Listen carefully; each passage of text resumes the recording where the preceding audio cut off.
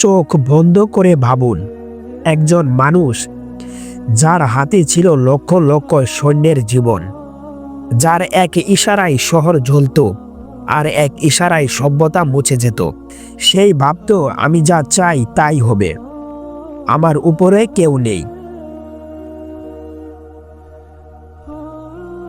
এই মানুষটাই একদিন রওনা হলেন কাবা ধ্বংস করতে।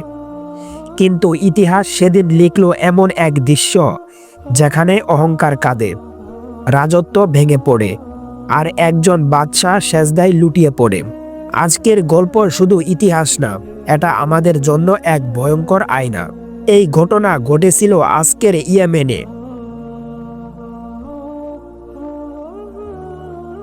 এই সময় ইয়েমেন ছিল দুনিয়ার জান্নাত। নদী ছিল জীবন্ত, বাগান ছিল সবুজ, আর মানুষ ছিল অঢেল সম্পদের মালিক।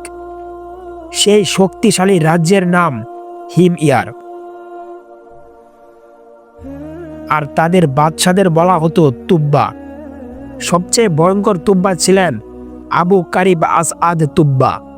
সে বলতো, আমি পৃথিবীর মালিক, আমার রাজ্যে কেউ মাথা তুলতে পারবে না। জয় করতে করতে সে পৌঁছালো ইয়াসরিবে, আজকের মদিনা।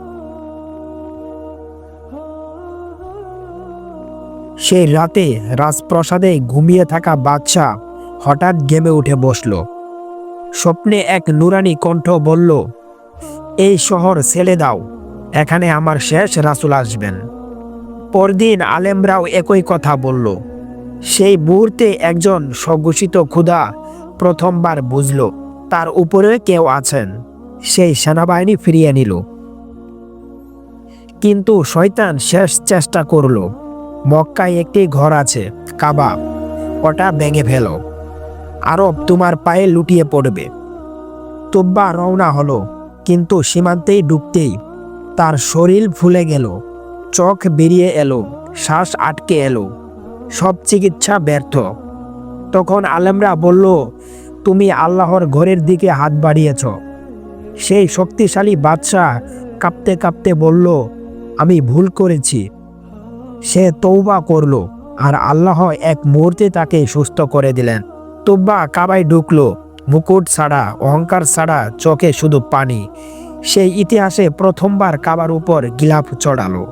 সে একটি চিঠি লিখল, হে শেষ নবী, আমি আপনাকে না দেখে বিশ্বাস করলাম।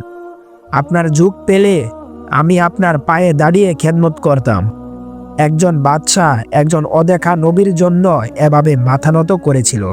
তুব্বা ঈমান এনেছিল, কিন্তু তার কম হাসল। তারা বলল, তুমি বড় হয়ে গেছ। তুব্বা মারা গেল, আর কম আবার শিরক, জুলুম, অহংকারে ডুবে গেল। প্রথমে আল্লাহ ডাক দিলেন নীরবে, পানি কমলো, ফসল শুকালো। তারা বলল, আমরা শক্তিশালী। তারপর আকাশ ফেটে গেল, পাহাড় থেকে পানি নেমে এলো, মহল ভেঙে গেল, লাশ বাঁচতে লাগলো। যে জাতি বলেছিল আমাদের কেউ শেষ করতে পারবে না, আজ তারা শুধু একটি নাম। তো বন্ধুরা, এই গল্প শুধু কৌমে তুব্বার না, এই গল্প আমার, আপনার, আমাদের। যেদিন মানুষ শক্তিকে ক্ষুধা ভাবে, সেই দিনই ধ্বংস লেখা হয়ে যাবে। আজ অস্ত্র আছে, আজ ক্ষমতা আছে, কিন্তু আল্লাহ চাইলে এক মুহূর্তেই যথেষ্ট। এই ভিডিও যদি আপনার হৃদয় না কাঁপায়, তাহলে কিছুই কাঁপাবে না। কমেন্টে লিখুন আপনি কি শিখলেন। লাইক দিন, চ্যানেলে সাবস্ক্রাইব করুন, কারণ ইতিহাস শুধু গল্প না, ইতিহাস সতর্কবার্তা। আল্লাহ আমাদের অহংকার থেকে বাঁচান, আমিন।